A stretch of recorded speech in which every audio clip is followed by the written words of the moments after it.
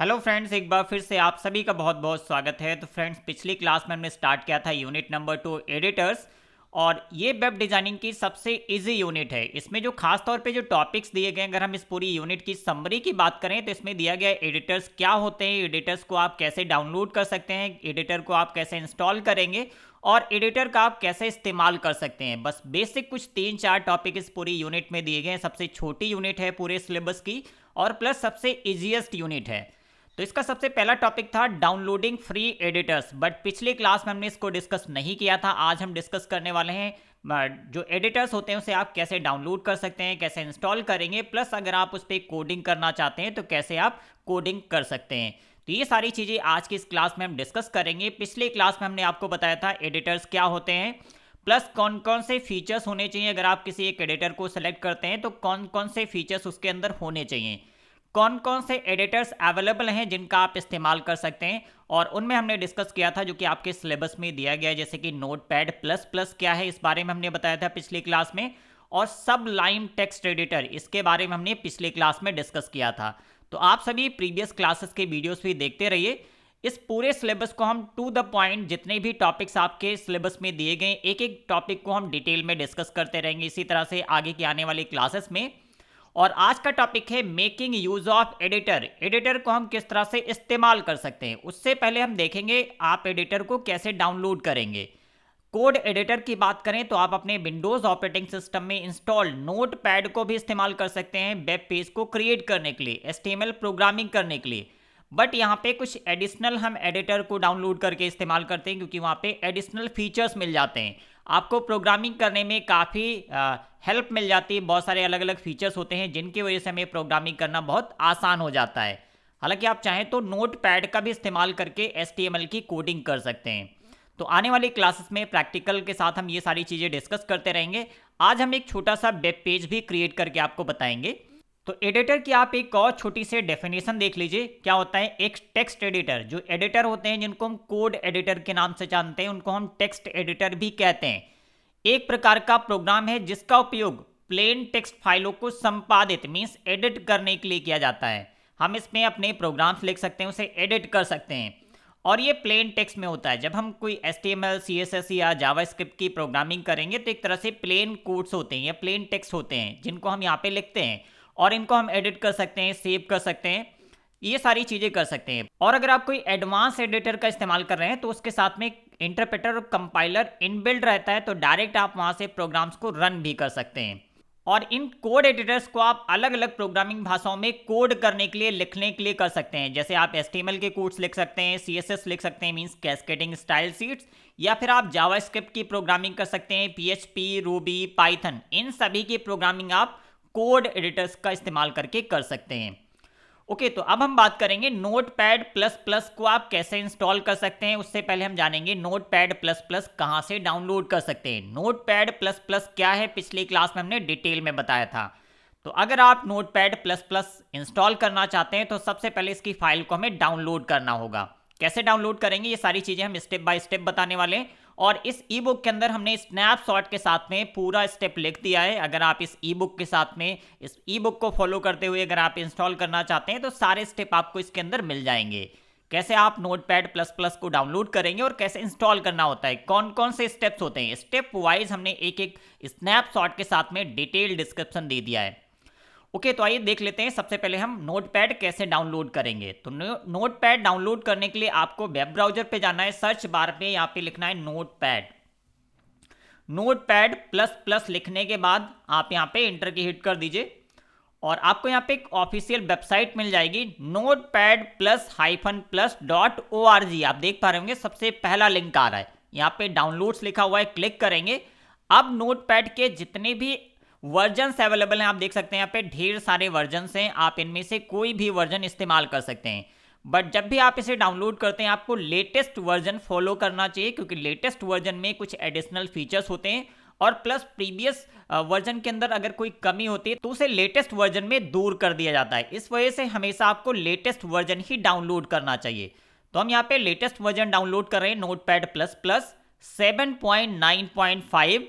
इसको हम डाउनलोड करेंगे। आपको यहाँ पे क्लिक करना है और इसके बाद आपको यहाँ से देखिए 32 बिट का आ रहा है या 64 बिट, आप दोनों में से कोई भी डाउनलोड कर सकते हैं। आपका ऑपरेटिंग सिस्टम कितने बिट का है उसके हिसाब से आप यहाँ से डाउनलोड कर सकते हैं। अब आपको यहाँ पे डाउनलोड ऑप्शन पे क्लिक करना है। बहुत छोटा सा एप्लीकेशन होता है। डाउनलोड ऑप्शन पे क्लिक करने के बाद आप देखेंगे यहाँ पे एक फाइल डाउनलोड होना स्टार्ट हो जाएगी और यहाँ पे जो फाइल डाउनलोड होती है वो EXE फाइल होती है। इसका जो साइज है 3.8 MB है। आप यहाँ से देख सकते हैं ये फाइल डाउनलोड हो चुकी है। अब हमें इंस्टॉल करना है। तो इंस्टॉल करने के लिए इस फाइल पे हमें सिंपल क्लिक कर देना, ये फाइल हमारी ओपन हो जाएगी और ओपन होने के बाद अब यहाँ पे हमें स्टेप्स फॉलो करने इसको इंस्टॉल करने के लिए। तो सबसे पहला स्टेप, अगर आप विंडो 10 ऑपरेटिंग सिस्टम का इस्तेमाल कर रहे हैं तो जब भी आप कोई एप्लीकेशन इंस्टॉल करते हैं तो ये यूजर अकाउंट कंट्रोल का एक विंडो आता है। यहाँ पे आपको एस पे क्लिक कर देना है। एस पे क्लिक करने के बाद अब यहाँ से एक अलग सी नोटपैड इंस्टॉल करने का विंडो खुल जाएगा। आप ये देख पा रहे होंगे। यहाँ से आपको लैंग्वेज सेलेक्ट करनी है क्योंकि यहाँ पे बहुत सारी लैंग्वेज अवेलेबल है। आप कौन सी लैंग्वेज चाहते हैं वो यहाँ से सेलेक्ट कर सकते हैं। तो यहाँ पे हमने डिफॉल्ट इंग्लिश सेलेक्ट किया है, ओके करेंगे और ओके करने के बाद यहाँ पे एक दूसरी विंडो आ जाएगी। इसमें देखिए वेलकम स्क्रीन है और इसमें वर्जन के बारे में बताया गया कौन सा नोटपैड प्लस प्लस का वर्जन आप इंस्टॉल करने जा रहे हैं।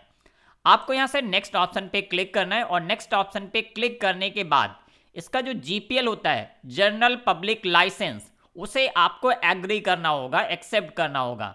तो आई एग्री ऑप्शन पे हम क्लिक करेंगे और क्लिक करने के बाद अब देखिए यहाँ पे चूज इंस्टॉलेशन लोकेशन, यहाँ पे 1 बाय 1 स्टेप्स आते जाएंगे। एक एक स्टेप को आपको फॉलो करना है प्रॉपर तरीके से। अब इस नोटपैड प्लस प्लस के एप्लीकेशन को आप अपने कंप्यूटर में किस लोकेशन पे इंस्टॉल करना चाहते हैं, जैसे डिफॉल्ट देखिए यहाँ पे आ रहा है C ड्राइव प्रोग्राम फाइल के अंदर नोटपैड प्लस प्लस का जो एप्लीकेशन है वो इंस्टॉल हो जाएगा। आप चाहें तो इसकी लोकेशन को ब्राउज ऑप्शन पे क्लिक करके चेंज कर सकते हैं या किसी दूसरी ड्राइव या किसी दूसरी लोकेशन पे भी इंस्टॉल कर सकते हैं। तो डिफॉल्ट हम यहाँ पे C ड्राइव रहने देते हैं और इसके बाद देखिए यहाँ पे आपके सिस्टम में कितनी मेमोरी रिक्वायर्ड होती है। अगर आप नोटपैड प्लस प्लस को इंस्टॉल करते हैं तो यहाँ पे 10.6 MB मेमोरी रिक्वायर्ड होती है। ये आप देख सकते हैं यहाँ पे लिखा हुआ है स्पेस रिक्वायर्ड और स्पेस अवेलेबल। अभी आपके सिस्टम में कितनी मेमोरी है वो भी यहाँ पे दिखाई दे रहा है, मींस C ड्राइव के अंदर कितना स्पेस है वो यहाँ पे आपको विजिबल होगा। नेक्स्ट ऑप्शन पे क्लिक करेंगे और इसके बाद यहाँ पे चूज कंपोनेंट्स, कौन कौन से कंपोनेंट्स आपको चाहिए, कस्टमाइज ऑप्शन चाहिए या मिनिमल लिस्ट। अगर आप मिनिमल करते हैं तो इसके कम से कम फीचर आपके सिस्टम पे इंस्टॉल होंगे। अगर आप कस्टमाइज करते हैं तो यूजर डिपेंडेंट होता है। इसमें देखिए auto completion file, function list file, plugins, auto update, plugin admin, इस तरह के बहुत सारी ऑप्शंस हैं। इनमें से जिसकी भी रिक्वायरमेंट आपको है आप चाहे तो उसे टिक कर सकते हैं या फिर आप उसे अनटिक कर सकते हैं। मेरी तरफ से सजेशन है आप यहाँ पे डिफॉल्ट जो भी सिलेक्टेड है उसे आप रहने दीजिए, मत चेंज कीजिए।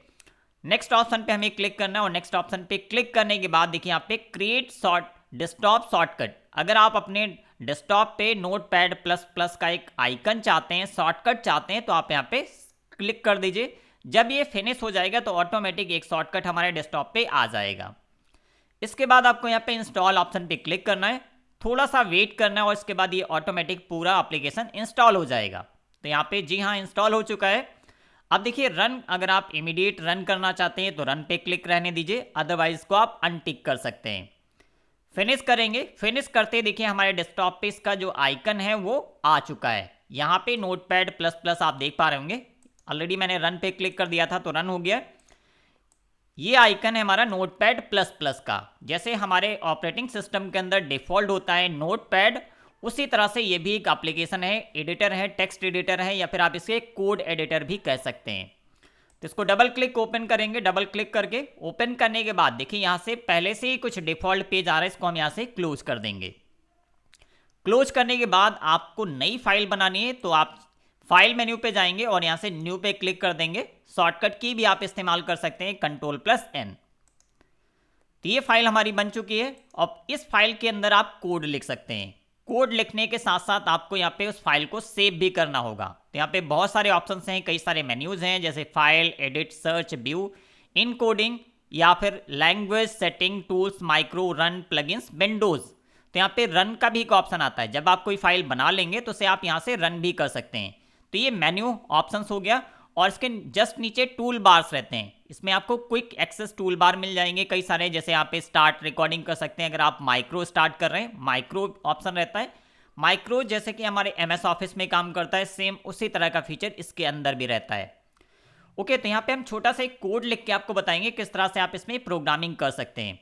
हालांकि यूनिट नंबर 3 से HTML की कोडिंग स्टार्ट हो जाएगी और यूनिट नंबर 3 से ही प्रॉपर हम वेब डेवलपमेंट का स्टेप स्टार्ट कर देंगे। बहुत डिटेल में हम हर एक चीज़ को बताने वाले हैं। जिस तरह से आपका सिलेबस दिया गया है, सिलेबस के हर एक टॉपिक को एग्जाम्पल के साथ, प्रैक्टिकल के साथ हम डिस्कस करेंगे। इससे आपको कोर्स भी कंप्लीट हो जाएगा।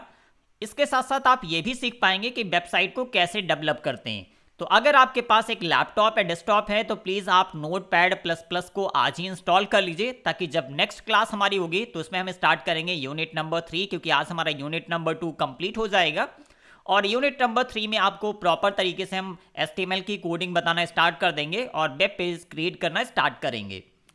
तो बेसिक कोड यहाँ पे लिखते हैं। जैसे आप HTML की कोडिंग करते हैं तो आप इसी तरह से Notepad++ को ओपन कर लीजिए, न्यू फाइल बना लीजिए। और सबसे पहला स्टेप, जब आप HTML की कोडिंग करते हैं तो यहाँ पे हम टैग, HTML टैग को इस्तेमाल करते हैं। तो सबसे पहला टैग, जब आप कोई वेब पेज बनाएंगे तो सबसे पहला टैग होता है, ब्रैकेट के अंदर लिखेंगे HTML और इसको हम इस तरह से क्लोज कर देंगे। HTML लिखने के बाद अब हमारा आता है बॉडी सेक्शन।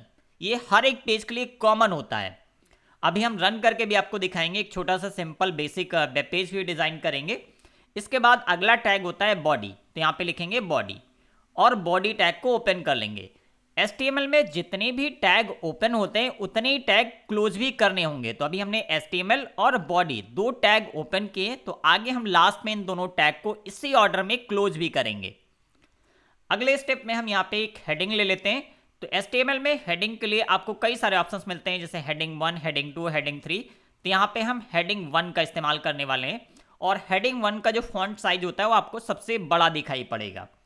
तो हेडिंग 1 हमने यहाँ पे स्टार्ट कर लिया और अब हम यहां से लिख देते हैं जैसे कि माई फर्स्ट पेज या माई फर्स्ट हेडिंग।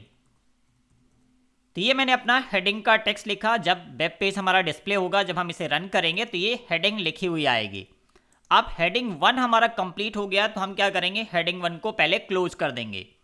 क्लोज करने के लिए हमें क्या करना होगा, यहाँ पे स्लैश लगाएंगे सबसे पहले और उसके बाद H1, जिस टैग को आपने ओपन किया उसी टैग को आपको क्लोज करना है। तो हमने इसको क्लोज कर दिया। इसके बाद यहाँ से हम एक पैराग्राफ भी बना लेते हैं, एक कुछ मैसेज भी डाल देंगे उस पैराग्राफ के अंदर। तो यहाँ से पैराग्राफ के लिए जो टैग होता है P। ये हमने ओपन किया और यहाँ पे जैसे हम लिख देते हैं वेलकम टू ज्ञान XP। ये मैंने एक मैसेज डाल दिया और यहाँ पे मैंने पैराग्राफ ओपन किया था, तो इस पैराग्राफ को अब हम क्लोज कर देंगे। सेम स्टेप, इसी जिस तरह से हमने पैराग्राफ ओपन किया था, /P। ये हमारा टैग क्लोज हो जाएगा। जो पैराग्राफ टैग है वो क्लोज हो चुका है। अब हमें क्या करना है, अब हमारा पूरा मान लीजिए एक सिंपल वेब पेज तैयार हो चुका है। तो अब हमें इसी ऑर्डर में बाकी जैसे कि HTML और बॉडी टैग को हमने ओपन किया था, 1 बाय 1 क्लोज करेंगे। तो सबसे पहले हमें यहाँ पे बॉडी टैग को क्लोज करना है। तो बॉडी टैग हमारा क्लोज हो चुका है। अब हमें लास्ट में क्या करना है, जो सबसे पहले ओपन होता है वो सबसे लास्ट में क्लोज होता है। जैसे HTML टैग हमारा सबसे पहले ओपन हुआ था, तो सबसे लास्ट में इसको क्लोज करेंगे। सेकंड हमारा था बॉडी टैग, तो ये सेकंड लास्ट क्लोज होगा। तो अब हमें क्या क्लोज करना है, कौन सा टैग, HTML टैग। तो यहाँ पे लिखेंगे HTML। तो ये हमारा वेब पेज तैयार हो गया। अब हम इसको सेव कर सकते हैं। सेव करने के लिए आपको क्या करना है, फाइल मेन्यू पे जाना है और यहाँ पे सेव ऑप्शन पे क्लिक कर देना है। सेव ऑप्शन पे क्लिक करने के बाद आपको लोकेशन सेलेक्ट करनी है, कहाँ पे आप इसे सेव करना चाहते हो। तो यहाँ पे देखिए डिफॉल्ट अभी फाइल नेम आ रहा है new2.txt, तो हमें यहाँ से इसे डिलीट कर देना है। अब यहाँ पे हम कोई नाम दे देते हैं, जैसे वेब पेज डॉट HTML या फिर HTML, आप दोनों में से कोई भी फाइल एक्सटेंशन दे सकते हैं। जो वेब पेजेस होते हैं उनका जो एक्सटेंशन होता है, जो HTML में बने हुए वेब पेजेस होते हैं उनका एक्सटेंशन क्या होता है, HTML या फिर .htm, याद रखिएगा। तो हम यहाँ पे .htm फाइल एक्सटेंशन के साथ इस फाइल को सेव कर रहे हैं। सेव करने के बाद एक हमारी फाइल देखिए यहाँ पे क्रिएट हो चुकी है। वेब पेजेस नाम से यहाँ पे वेब पेज नाम का एक आपको आइकन दिख रहा होगा और ये क्रोम का ऑटोमेटिक यहाँ पे आइकन ले लिया, क्योंकि क्या है, एक वेब पेज है और वेब पेज हमेशा किसी ब्राउजर पे ओपन होता है। आप इसके लिए कोई भी ब्राउजर इस्तेमाल कर सकते हैं, चाहे आप क्रोम इस्तेमाल करें, फायरफॉक्स इस्तेमाल करें, इंटरनेट एक्सप्लोरर का इस्तेमाल करें, या कोई भी ब्राउजर आप इस्तेमाल कर सकते हैं। तो इस तरह से हमने यहाँ पे एक फाइल सेव कर दी।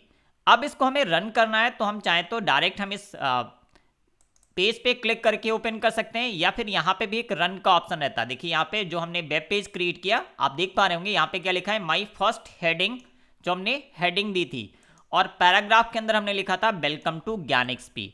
तो ये हमारा वेब पेज तैयार हो चुका है। इसमें बहुत सारी क्रिएटिविटी होती है। आगे आने वाली क्लासेस में हम डिटेल में हर एक ऑप्शंस को समझते रहेंगे। जो भी आपके सिलेबस के अंदर टॉपिक्स दिए गए उन सभी को हम प्रैक्टिकल के साथ इसी तरह से बताएंगे। हर एक टैग के बारे में बताएंगे, कौन सा टैग किस लिए इस्तेमाल होता है, और इसी तरह से कुछ बेसिक वेब पेज भी हम क्रिएट करते रहेंगे। तो आप भी अपने सिस्टम पे नोटपैड प्लस प्लस एप्लीकेशन को इंस्टॉल कर लीजिए, और जब भी हमारी क्लास होती है तो आप इनके जो भी कोड्स होंगे या प्रोग्राम्स जो हम यहाँ पे डिस्कस करेंगे उनको आप प्रैक्टिकली अपने सिस्टम पे करके देखते रहिए। तो इससे आपको कोडिंग भी याद हो जाएगी, प्लस आपको कुछ ना कुछ सीखने को मिलेगा। ओके, तो वापस आते हैं सिलेबस पे, एक बार फिर से देख लेते हैं। देखिए यहाँ पे मैंने पूरा स्टेप बता दिया किस तरह से आप नोटपैड प्लस प्लस को इंस्टॉल कर सकते हैं। और इसके बाद जो इस यूनिट का लास्ट टॉपिक था वो है file creation and editing saving. तो ये चीज़ें भी मैंने बता दी, आप किस तरह से नोटपैड प्लस प्लस के अंदर फाइल को क्रिएट कर सकते हैं, और कैसे हम वहाँ पे आप प्रोग्रामिंग लिख सकते हैं, और उस फाइल को आप कैसे सेव करेंगे। तो इसके अंदर भी मैंने स्टेप लिख दिए, आप आराम से इसको अगर रीड करते हैं तो इजीली आपको समझ में आएगा किस तरह से आप इस पर प्रोग्रामिंग करेंगे। तो ये देखिए मैंने स्नैपशॉट ऐड किया। अब इस तरह से यहाँ पे जाएंगे, कोड लिखेंगे, कोड लिखने के बाद यहाँ से आप उसे सेव कैसे करेंगे, सारी चीज़ें मैंने स्टेप बाय स्टेप सारा कुछ लिखा हुआ है। ओके, तो ये था हमारी इस यूनिट का लास्ट टॉपिक। उम्मीद करते हैं इससे काफ़ी कुछ नया सीखने को मिला होगा। तो प्लीज़ हमारे इस वीडियो को लाइक और शेयर ज़रूर कीजिएगा। नेक्स्ट क्लास से हम स्टार्ट करेंगे यूनिट नंबर 3, जो कि काफ़ी इंपॉर्टेंट है, और यहीं से प्रोग्रामिंग आपकी स्टार्ट होने वाली है। इसमें हम HTML की कोडिंग स्टार्ट करेंगे। सीरियल से 1 बाय 1 टॉपिक हम इसी तरह से आगे भी कंप्लीट करते रहेंगे। तो बस आज की इस क्लास में इतना ही। कमेंट सेक्शन में जरूर बताइए आज की क्लास कैसी लगी। और वेब डिजाइनिंग का कंप्लीट कोर्स हमारे ज्ञान एक्सपी मोबाइल ऐप पे अवेलेबल होगा। तो अगर आपने अभी तक डाउनलोड नहीं किया है तो डाउनलोड कर लीजिए। प्लस M1R5 और M3R5 पाइथन प्रोग्रामिंग, इन दोनों के कोर्सेज हमारे ज्ञान एक्सपी मोबाइल ऐप में अवेलेबल हैं। और इन कोर्सेज के साथ में आपको complete syllabus video lectures, e books Hindi और इंग्लिश दोनों लैंग्वेज में मिलेंगी, प्लस मॉडल पेपर और पेपर सोल्यूशंस। ये सारी चीजें आपको इन कोर्सेज के साथ में मिलने वाली हैं। तो बस आज के लिए इतना ही, मिलते हैं नेक्स्ट क्लास में। तब तक के लिए bye bye, thank you for watching.